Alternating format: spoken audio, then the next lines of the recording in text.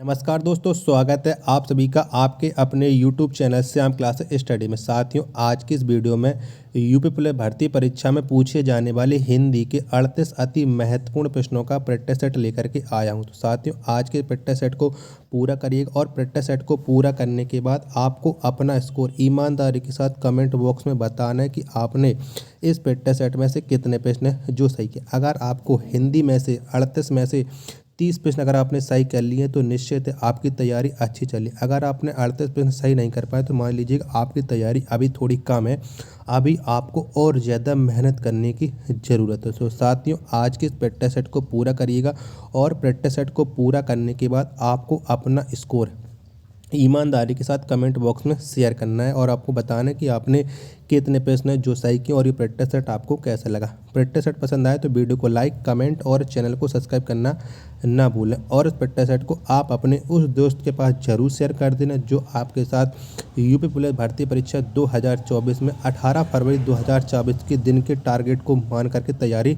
कर रहा है। तो चलिए फिर शुरू करते हैं आज का अपना हिंदी के 38 अति महत्वपूर्ण प्रश्नों का ये प्रैक्टिस सेट।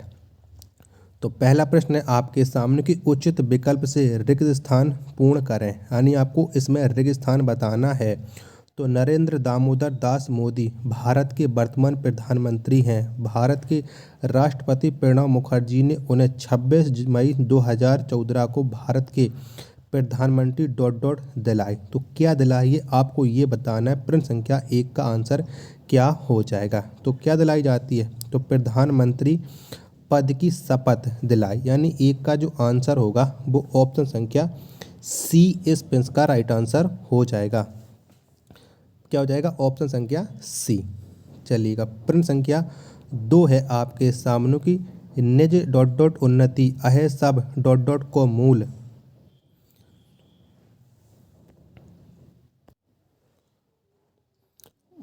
भारतेंदु हरिश्चंद्र जी की ये पंक्तियां पूर्ण करो, यानी आपको इनमें रिक्त स्थान की पूर्ति करना है। प्रश्न संख्या 2 का राइट आंसर क्या हो जाएगा। तो निज भाषा उन्नति अहे सब उन्नति को मूल, ये आपने बहुत बार पंक्ति सुनी होगी। तो जो 2 का राइट आंसर होगा वो ऑप्शन संख्या बी। क्या हो जाएगा, ऑप्शन संख्या बी इस प्रश्न का राइट आंसर हो जाएगा। चलिएगा, प्रश्न संख्या 3 है आपके सामने कि अपनी खिचड़ी अलग पकाना का अर्थ बताइए। तो क्या हो जाएगा, प्रश्न संख्या 3 का राइट आंसर ये आपको बताना है। तो अपनी खिचड़ी अलग पकाना क्या होता है, तो ये होता है सबसे अलग रहना। क्या, सबसे अलग रहना। तो प्रश्न संख्या 3 का जो आंसर होगा वो ऑप्शन संख्या सी इस प्रश्न का राइट आंसर हो जाएगा। चलिएगा, अगला प्रश्न अब आपके सामने चौथा है कि एक रम्य उपवन था नंद वन सा सुंदर, इस पंक्ति में कौन सा अलंकार है। तो बताइएगा प्रश्न संख्या 4 में इसमें कौन सा अलंकार हो जाएगा। तो एक रम्य उपवन था नंद वन सा सुंदर, इस पंक्ति में जो अलंकार होगा वो हो जाएगा उपमा अलंकार। कौन हो जाएगा, उपमा अलंकार। तो 4 का जो आंसर होगा वो ऑप्शन संख्या बी इस प्रश्न का राइट आंसर हो जाएगा।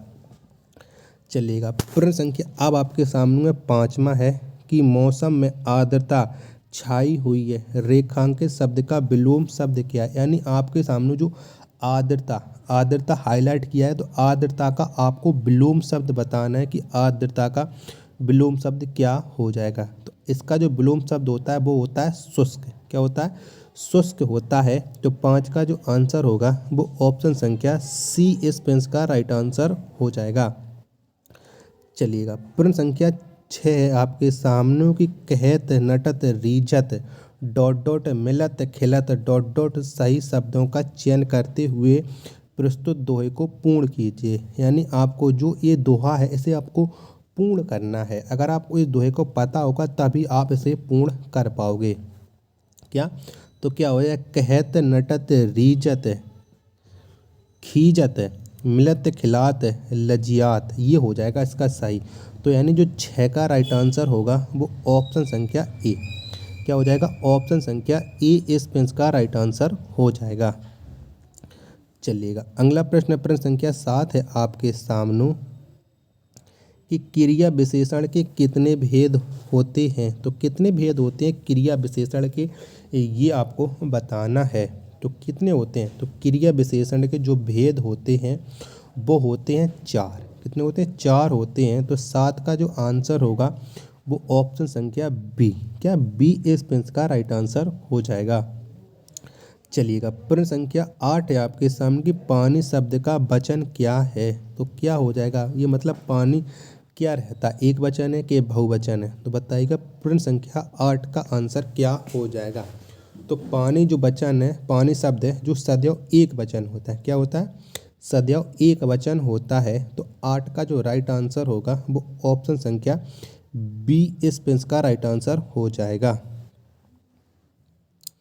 चलिएगा, प्रश्न संख्या अब आपके सामने 9 आ चुका है कि निम्नलिखित शब्दों के अनुचित जोड़े को पहचानिए। यानी इसमें जो विलोम शब्द दिए हैं इसमें कौन सा गलत है ये आपको बताना है। देख लीजिएगा और बताइएगा। तो शिष्ट का परिशिष्ट, शिष्ट का जो परिशिष्ट दिया गया ये नहीं होता है। तो यही जो अनुचित यानी यही जोड़ा गलत हो जाएगा। प्रश्न संख्या 9 का आंसर हो जाएगा ऑप्शन संख्या सी। और इस प्रश्न का आपको आंसर कमेंट बॉक्स में बताना है कि प्रश्न संख्या 9 का आंसर क्या हो जाएगा। मतलब शिष्ट का विलोम शब्द आपको बताना है। चलिएगा, अब है आपके सामने प्रश्न संख्या 10 कि लिंग संबंधी अनुपयुक्त विकल्प निम्नलिखित में से कौन सा है। तो बताइएगा इसमें कौन सा हो जाएगा कि लिंग संबंधी अनुपयुक्त विकल्प। तो भगवान भगवती ये बिल्कुल सही है। विद्वान विदुषी ये भी सही है। सम्राट सम्राज्ञी ये भी सही है। कर्ता का कर्त्री होता है, कर्ती नहीं होता है। यानी 10 का जो राइट आंसर होगा वो ऑप्शन संख्या डी, क्या डी इस पेंस का राइट आंसर हो जाएगा। चलिएगा, अगला प्रश्न संख्या आपके सामने 11 कि प्रधानमंत्री बाढ़ग्रस्त क्षेत्रों का दौरा करेंगे, वाक्य में कौन सा काल है। तो आपको बताना है कि प्रश्न संख्या 11 में आपको काल बताना है। तो प्रधानमंत्री बाढ़ग्रस्त क्षेत्र का दौरा करेंगे, तो ये एक सामान्य भविष्यकाल है। क्या इसमें सामान्य भविष्यकाल है। तो प्रश्न संख्या 11 का जो आंसर होगा वो ऑप्शन संख्या बी, क्या ऑप्शन संख्या बी इस प्रश्न का राइट आंसर हो जाएगा। चलिएगा, प्रश्न संख्या 12 है अब आपके सामने कि भ्रांतिमान अलंकार का उपयुक्त उदाहरण कौन सा है। तो कौन सा हो जाएगा भ्रांतिमान अलंकार का उपयुक्त उदाहरण।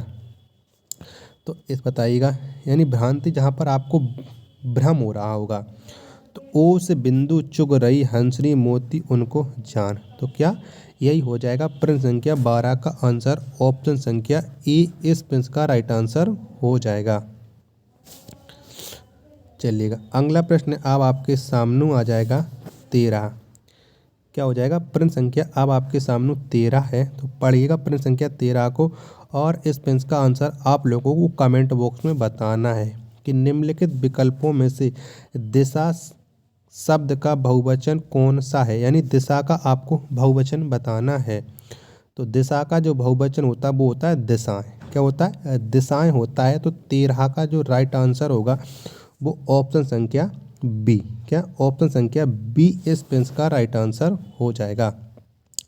चलिएगा, अब आपके सामने प्रश्न संख्या 14 कि निम्नलिखित विकल्पों में से दाता शब्द का स्त्रीलिंग शब्द चुनिए। तो बताइएगा दाता का स्त्रीलिंग क्या होता है। तो आप लोग जानते हैं कि दाता का जो स्त्रीलिंग होता है वो होता है दात्री।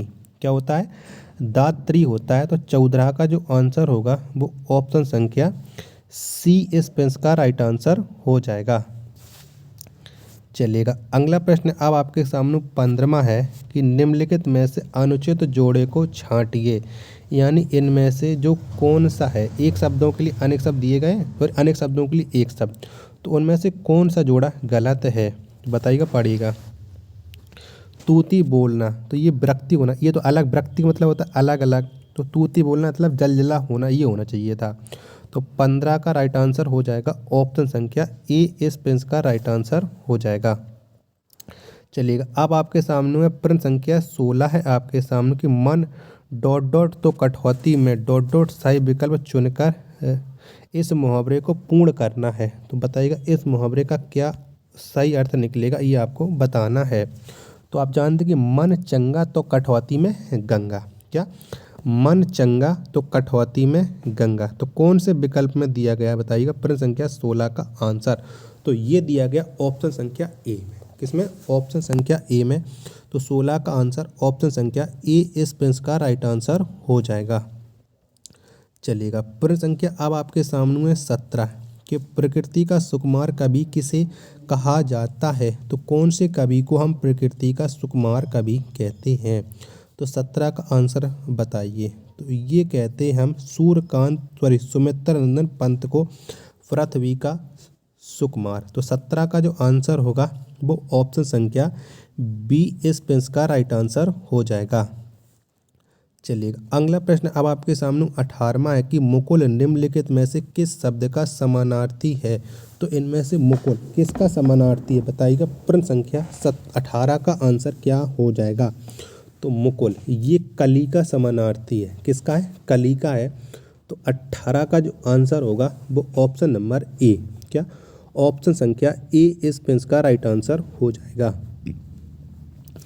चलिएगा अगला प्रश्न अब आपके सामने प्रश्न संख्या 19 है कि निम्नलिखित वाक्यों में से विशेषण संबंधी वाक्य चुनिए। यानी इनमें से विशेषण संबंधी आपको वाक्य बताना है प्रश्न संख्या 19 में। तो बताइए कौन सा हो जाएगा। तो सुनयाना, क्या सुनयाना अच्छा चित्र बनाती है। क्या सुनयाना अच्छा चित्र बनाती, ये हो जाएगा विशेष। प्रश्न संख्या 19 का आंसर हो जाएगा ऑप्शन संख्या डी इस प्रश्न का राइट आंसर हो जाएगा। प्रश्न संख्या 20 है आपके सामने की दूर दूर तक विस्तृत था हिम स्तब्ध उसी के हृदय के समान में कौन सा अलंकार है। तो बताइएगा प्रश्न संख्या 20 में आपको अलंकार बताना है। तो कौन सा अलंकार है। तो यहाँ पर हो जाएगा आपका उपमा अलंकार। क्या हो जाएगा? उपमा अलंकार। प्रश्न संख्या 20 का जो राइट आंसर होगा वो ऑप्शन संख्या डी इस प्रश्न का राइट आंसर हो जाएगा।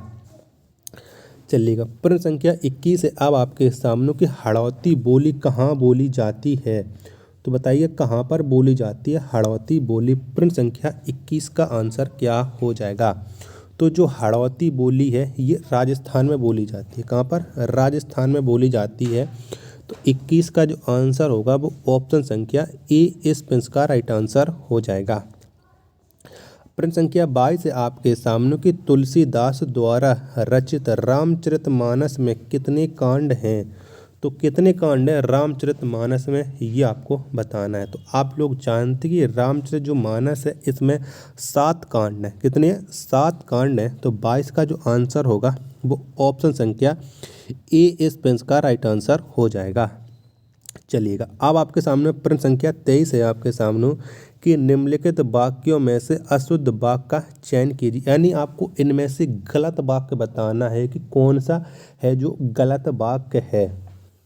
प्रश्न संख्या 23 का आंसर क्या हो जाएगा। तो वह दंड देने योग्य है। क्या? वह दंड देने योग्य है, ये एक गलत वाक्य है। तो प्रश्न संख्या 23 का जो आंसर होगा वो ऑप्शन संख्या सी इस प्रश्न का राइट आंसर हो जाएगा। चलिए अब आपके सामने आ चुका प्रश्न संख्या 24 कि आधा तीतर आधा बटेर होना का अर्थ बताइए। तो इसका क्या अर्थ हो जाए कि आधा तीतर आधा बटेर। तो इसका जो अर्थ होता है बेमेल तथा बेढंग होना। क्या? बेमेल तथा बेढंग होना। यानी 24 का जो आंसर होगा वो ऑप्शन संख्या डी, क्या डी इस प्रश्न का राइट आंसर हो जाएगा 24 का। चलिएगा प्रश्न संख्या आपके सामने 25 कि साहित्य अकादमी द्वारा वर्ष 2016 में नासरा शर्मा को किस उपन्यास के लिए पुरस्कार प्रदान किया गया। तो नासरा शर्मा को कौन से उपन्यास के लिए ये पुरस्कार मिला था साहित्य अकादमी। तो ये इन्हें मिला था कागज की नाव के लिए, सॉरी कागज नहीं, पारिजात के लिए मिला था। किसके लिए? पारिजात के लिए। तो 25 का जो आंसर होगा वो ऑप्शन संख्या डी इस प्रश्न का राइट आंसर हो जाएगा। चलिएगा अगला प्रश्न आपके सामने 26वां प्रश्न है कि नवनीत शब्द का समानार्थी निम्नलिखित में से कौन सा है? तो कौन सा हो जाएगा? नवनीत शब्द का समानार्थी ये आपको बताना है। तो ताज़ा मक्खन, क्या ताज़ा मक्खन, इसका ये समानार्थी हो जाएगा। तो 26 का जो राइट आंसर होगा वो ऑप्शन संख्या ए इस प्रश्न का राइट आंसर हो जाएगा। चलिएगा प्रश्न संख्या अब आपके सामने 27 है कि निम्नलिखित विकल्पों में से रीति शब्द का बहुवचन कौन सा है? तो कौन सा हो जाएगा रीति का बहुवचन? प्रश्न संख्या 27 का आंसर। तो रीति का बहुवचन होता है रीतियाँ। तो अब रीतियाँ कौन से में लिखा है? तो रीतियाँ लिखा है ऑप्शन संख्या बी में। किसमें है? ऑप्शन संख्या बी में। तो 27 का जो आंसर होगा वो ऑप्शन संख्या बी इस प्रश्न का राइट आंसर हो जाएगा। चलिएगा अगला प्रश्न है आपके सामने 28 कि हनुमान ने संजीवनी बूटी से लक्ष्मण के लिए होश लाए वाक्य में की गई त्रुटि का आधार पहचानिए। यानी इस वाक्य में कौन सी त्रुटि है? तो आप होना चाहिए कि हनुमान ने संजीवनी बूटी से लक्ष्मण जी के प्राण बचाए या लक्ष्मण जी को होश में लाए। तो कौन सी त्रुटि? तो यहाँ पर है कारक संबंधी ये त्रुटि है। क्या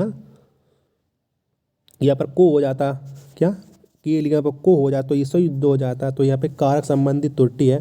तो 28 का जो आंसर होगा वो ऑप्शन संख्या बी इस प्रश्न का राइट आंसर हो जाएगा। चलिएगा प्रश्न संख्या 29 से आपके सामने के वैदिक हिंसा डॉट डॉट न भवति नाटक के शीर्षक को पूरा कीजिए। यानी आपको जो रिक्त स्थान है प्रश्न संख्या 29 में इसे आपको भरना है। चलिएगा प्रश्न संख्या क्या हो जाएगा? वैदिक हिंसा हिंसा न भवति। क्या वैदिक हिंसा हिंसा न भवति। यानी 29 का जो आंसर होगा वो ऑप्शन संख्या डी इस प्रश्न का राइट आंसर हो जाएगा। चलिएगा प्रश्न संख्या आपके सामने है 30वां कि पैसे से ही आदमी की इज्जत है के लिए निम्नलिखित में से उचित लोकोक्ति का चयन कीजिए। तो कौन सी लोकोक्ति यहाँ पर सही अर्थ बताएगा ये आपको बताना है। प्रश्न संख्या 30। तो पैसे से ही आदमी की इज्जत है तो क्या हो जाएगा? जहर है तो नर नहीं तो खंडर है। क्या जहर है तो नर नहीं तो खंडर, यही हो जाएगा इसका राइट आंसर। प्रश्न संख्या 30 का आंसर ऑप्शन संख्या डी इस प्रश्न का राइट आंसर हो जाएगा। अगर आपको ये प्रैक्टिस सेट पसंद आ रहा तो प्लीज़ वीडियो को एक लाइक जरूर कर देना, क्योंकि लाइक और चैनल को सब्सक्राइब करने में आपका कुछ नहीं जाता है। प्रश्न संख्या 31 है आपके सामने। अगर कुछ मेरे द्वारा अगर गलती पड़ जाती है, क्योंकि वो फ्लो में थोड़ा गलत हो जाता है, तो आप उसके लिए मैं आप लोगों से सॉरी बोलता हूँ। तो प्रश्न संख्या 31 से आपके सामने कि निम्नलिखित में से उत्प्रेक्षा अलंकार का उदाहरण चुनिए। यानी बताना है प्रश्न संख्या 31 में कौन सा उत्प्रेक्षक अलंकार है। तो बताइएगा, बताओ क्या हो जाएगा 31 का आंसर? मानो घर घर ना हो कोई चिड़िया घर हो, यही हो जाएगा उत्प्रेक्षा अलंकार। यानी प्रश्न संख्या 31 का जो आंसर होगा वो ऑप्शन संख्या ए इस प्रश्न का राइट आंसर हो जाएगा। चलिएगा प्रश्न संख्या अब आपके सामने है 32 कि वर्तनी की दृष्टि से अशुद्ध शब्द का चयन करना है। यानी आपको इसमें अशुद्ध बताना है। पहले तो आप लोगों को बहुत से सामने शुद्ध पूछ लेता है, लेकिन इसमें अशुद्ध पूछा है कि इनमें से किसकी वर्तनी है जो अशुद्ध है। तो यहाँ पर आपको दिख रहा होगा कि आशीर्वाद, क्या आशीर्वाद की वर्तनी है जो अशुद्ध है। सॉरी, आशीर्वाद की तो वर्तनी शुद्ध लिखी है, मैं माफी चाहूँ। परमार्थ ये गलत लिखा है। क्या परमार्थ ये गलत लिखा है। तो 32 का जो आंसर होगा वो ऑप्शन संख्या ए, क्या ऑप्शन संख्या ए इस प्रश्न का राइट आंसर हो जाएगा। चलिएगा प्रश्न संख्या 33 है आपके सामने कि भारत भारती पुरस्कार इनमें से किसको सबसे पहले मिला है। यानी इन चारों लोगों में से सबसे पहले भारत भारती पुरस्कार किसे मिला है। तो ये जो सबसे पहले मिला है वो मिला है महादेवी वर्मा को। किसे? महादेवी वर्मा को। तो प्रश्न संख्या 33 का जो आंसर होगा वो ऑप्शन संख्या बी, क्या ऑप्शन संख्या बी इस प्रश्न का राइट आंसर हो जाएगा। चलिए अब आपके सामने प्रश्न संख्या 34 है कि निम्न शब्दों में से सही शब्द का चयन कीजिए। करिएगा प्रश्न संख्या 34 का, तो बताओ इसमें से कौन सा है जो सही शब्द है। यानी मृदुल किस हिसाब से सही लिखा है ये आपको बताना है।